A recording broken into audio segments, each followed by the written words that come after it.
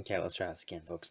Um, so basically, as I was doing some research on the internet for Gravity Falls mixing with the World of Darkness, which I found absolutely none of, did find some Vampire the Masquerade My Little Pony. Don't know why that exists, but hey, in case you want to know, it does exist.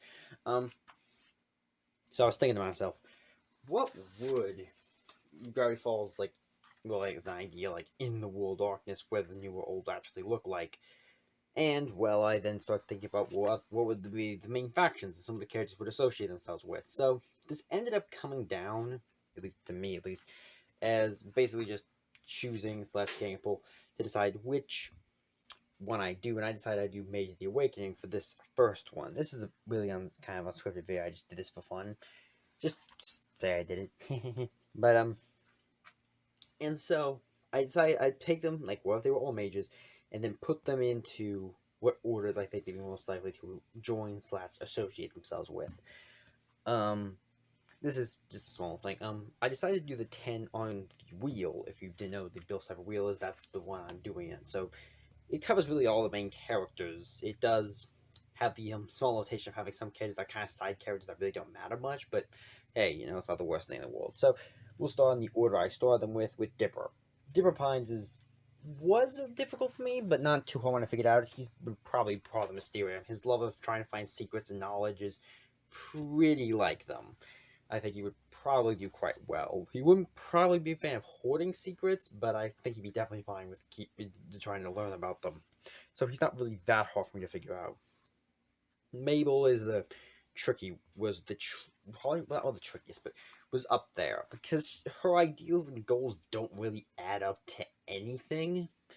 I mean, this, really, I can only say the Free Council due to her love of culture and, well, not really culture, but just what she likes about it, and not really having a goal that would align her with any others. Really, I think that's the only one that would kind of make sense for her.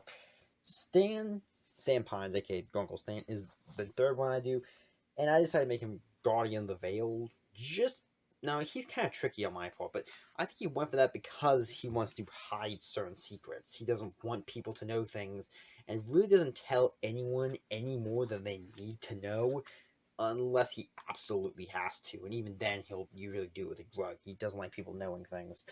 Um, Stanley or Ford, he's part of the Mysterium like Dipper. Those two are very similar in goals and objectives, and I honestly feel like, realistically, Stanford is kind of Dipper's master apprentice thing. So he's hard to figure out. Seuss, in kind of a similar situation to Mabel, is the part of the Free Council. You're starting to notice a pattern here, aren't you? Simply put, he doesn't have much goals that would put him in any other order, and once again, his love of culture, and I just think he would actually do quite well in the Free Council. I think he would honestly probably do the best of any of them in the Free Council. Wendy, Wendy was the Animanton arrow. Yeah, that's how you say it. So I can't say that word right. They're the fighter guys, and I think that works well for her. Her general challenge for love of challenges and dares, and being probably one of the few members with actual combat capabilities is pretty much fits into that role pretty nicely. Now, McGucket, Free Council, his love of mad science and doing things randomly makes him a Free Council more pretty easily, although of a different breed than Mabel and Zeus, obviously. But he would be right at home with the mad scientist archetype. Robbie, I can only really see him in the Free Council, but honestly, he is by far the weakest of anyone I've put here. I can't.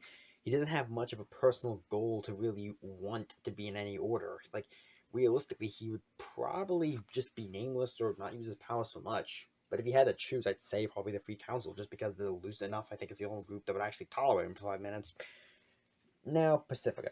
Pacifica, these next two are kind of difficult because they go through a lot of character development, but I'm going to say Pacifica is probably Silver Ladder. Her love of being in control of a situation and kind of wanting to command people even when she's reformed just kind of screams Silver Ladder, wanting to keep other people in line and stuff like that, and make sure they're all doing what they're supposed to. Whether for good or ill is up to debate.